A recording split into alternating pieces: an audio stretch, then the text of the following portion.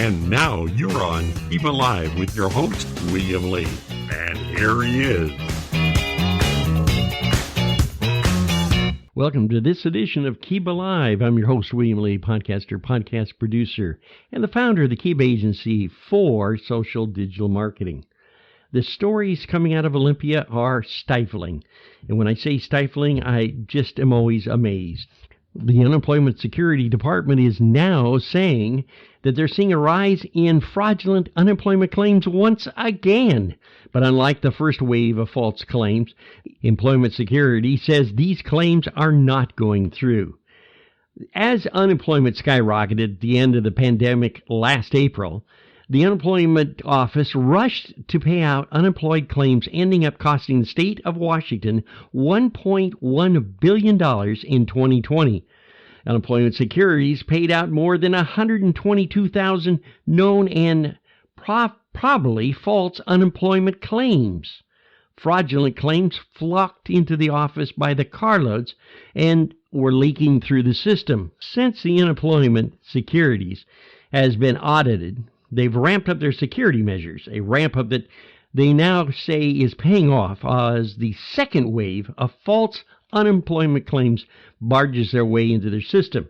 Now, the agency says the first detected second wave, ending in May 8th, when the unemployment claims unexpectedly jumped. Now, picture this, 58% after nearly a month of consistent decline. In a new area of unemployment claims, they found that 18% the following week were identified as false claims. Quote, we have also seen a recent increase in fraudulent claim applications, which is contributing to the increase of initial claims. Now, the agency, with all their controls to identify false claims, are working very hard, of course. And these claims will show up in the weekly claims numbers, even though they were not paid. The thing that really bothers me about this whole thing is, first of all, the loss of money that could have gone to people that need it during the pandemic that were unemployed because of the pandemic. And the other thing I think about all the time is the state of Washington, especially in Seattle, has some of the sharpest people in the internet industry in the world. I mean, we're talking about Google, we're talking about Facebook, we're talking about other organizations that are well above the knowledge of being able to control and look out for different aspects of fraudulent claims through networks. Microsoft, which built the operation system, surely could have helped them some way in servicing the state to make sure these fraudulent claims and activities through their firewalls and etc. are eliminated. But unfortunately, obviously, I should say not unfortunately, but obviously, we don't use those resources in the state to handle these situations.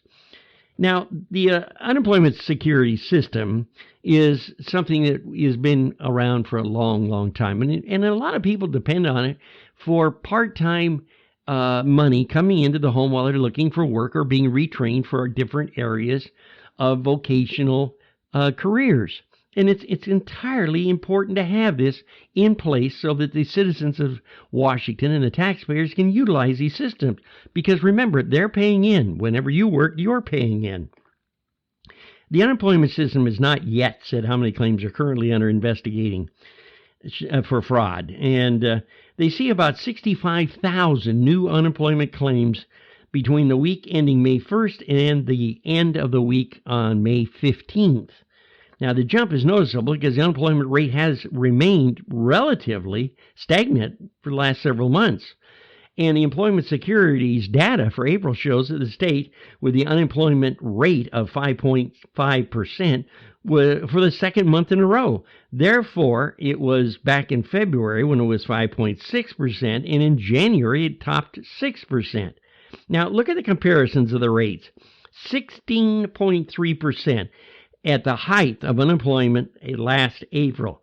It remains above the pre-pandemic unemployment rate, which has hovered between 3 and 9, well, even as high as 4.1% stable throughout the pandemic situation of naturally we going through the different phases of shutting down and utilizing different techniques to fight this horrible virus. Now, the months show that the recovering job losses from the pandemic is not seamlessly progressed at all. In fact, it's pretty well, according to the economist at the Employment Securities Department, leveled out. Meanwhile, the issue of hostile situations with hospitality services, which was hardest hit segment, that's the restaurants and food services, they hit our economy, and it's going to take a while for it to bounce back. A lot of people were affected, but catching the second wave of fraudulent claims will be critical in, I believe, putting our faith back in the public system.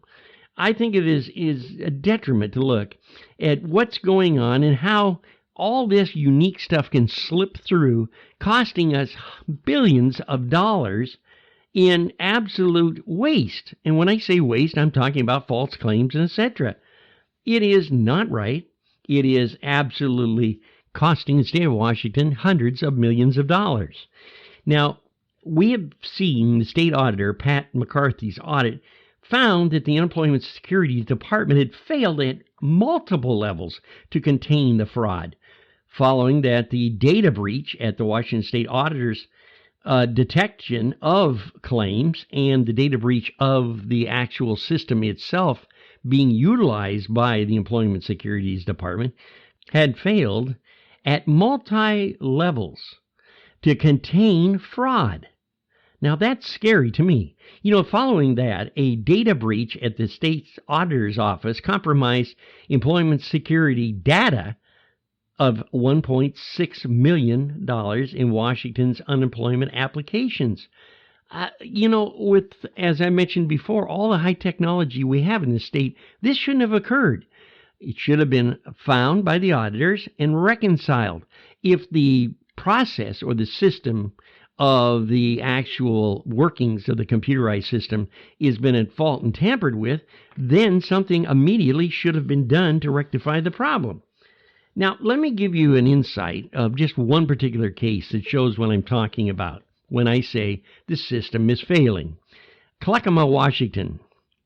A Cowlitz County, a man is facing up to a decade in prison because he claimed $320,000 in false fees and restitutions after an investigation found that he had been scamming the state through bogus workers' claim composition forms. Isn't that interesting? In other words, this guy was so good that he was sending in bogus working claims and forms, and the state hadn't caught on to it, and he had actually ripped them off for $320,000. That's in cash and medical expenses. Now, the man is being charged for felony first-degree theft following the review of the Washington State Department of Labor and Industry. And according to L&I, he was a logger working at the time that, first of all, he was hit by a falling tree on his leg, and that caused him grief, of course. The next year, he claimed that he had been hurt again, this time his back, while falling a tree somewhere in Shelton.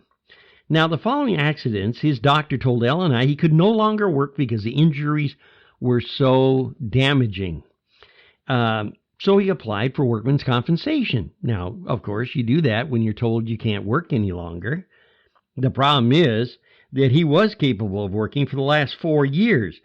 And according to investigators, between March 2016 and January 2020, he claimed $249,000 in wage replacement and nearly $50,000 more in vocational and medical benefits. Now, in 2019, L&I received an anonymous tip that this gentleman was actually aggravating his injuries. He had actually been working full-time as a bookkeeper, and while he was still accepting, naturally, unemployment benefits because, well, he couldn't work. He just couldn't work. L&I said that undercover investigation quickly confirmed these claims as the agents found multiple videos. Now, imagine this. Multiple videos of the man dancing, lifting heavy pipes, and doing other activities that he claimed he just couldn't do. Not only was he not doing this, on the way to the office, to the dentist office, he would actually limp. And that was really interesting because when the videos went on after leaving the doctor's office, he was walking very regularly. Now, the doctors reported to LNI that they've been watching him, and the LNI agents say it at least once they saw him moving regular heavy garbage cans in one hand and talking on his cell phone in the other hand, only for him to drop both and begin to limp again when he saw somebody was paying attention to what he was doing. He just, bam, there it went again. I'm in terrible pain. Now, the doctors reported that after doing research on the situation, having him come in, taking a look at his rehabilitation, that his mobility would likely be ready for him to start work in his occupation in March of 2016. Wow, isn't that interesting? Meanwhile, of course, from 2016, when he was actually being released from his doctors, he continued on collecting unemployment while being a bookkeeper. I doubt if he was taking out any deductions at the time he was, gainfully employed. Now, this gentleman will be arraigned for felony first-degree theft charges, and if found guilty, he'll be sentenced up to 10 years plus $20,000 in court fees and fines, and he'll have to repay $300,000 that he got back through the workman's compensation claims. That is what the picture looks like when you get caught. Now, how many people slip through the system? Surely there's going to be more than just this gentleman. There's probably thousands of gentlemen that have figured out, or ladies that have figured out how to produce these false claims and tell that their injuries are in horrible, horrible state of pain. Meanwhile, while they are actually collecting unemployment, their doctors are treating them, they're getting better, and whoops, I forgot to file that I'm well and back to work. This is a system that is broken on several levels, such as the auditor for the state has already mentioned. What's going to happen from there? Who knows? I'm sure that it's going to be another big cover-up. If you remember the first bunch of false claims, which cost this taxpayer and everybody listening to me that pays taxes a slug of money, the state of Washington flushed hundreds of thousands of dollars. Now, out of all of this, meanwhile, a lot of people during this pandemic period of time in our state have lost their jobs, are fighting for unemployment. I've met people that have waited 4, 6, 8 weeks to get their unemployment that is rightfully due to them. They have to suffer because the state of Washington, first of all, did not correct and tidy up their mess from the first breach. Now, it's millions and millions of dollars were lost in the first breach. Some of it has been recovered. And one gentleman who was on his way back to Nigeria with over $300,000 of state money on fraudulent claims through the Employment Security, found his way back to the jail system when he was arrested in Florida a couple of weeks ago. I hope sincerely that people can understand that we need to put more pressure on our civic leaders, our congressman, our governor, if he is still taking calls, and find out why investigations through auditors have not found a way to solve these problems. If we've got this problem in employment security, I wonder how DHSH is balancing their budget, or maybe the foster care system for the state. And I can go on through more and more different, shall we say, budget areas in our state budget that need to be looked at. Are our auditors being handcuffed to their desk chair and being told by the executive people, the bubbleheads of Olympia, to back off? Or are they actually trying to do their jobs and once in a great while are released and come up with suggestions, conclusions that don't sound very good to the public? Of course, now the legislators are all concerned about our confidence in their leadership and how Employment Security's department actually operates. A lot of trust is going to be lost, and they're going to have to work hard to regain that trust. One of the ways is to stop fraudulent claims. So, between them and the Labor and Industry Department, I sincerely wish them the best.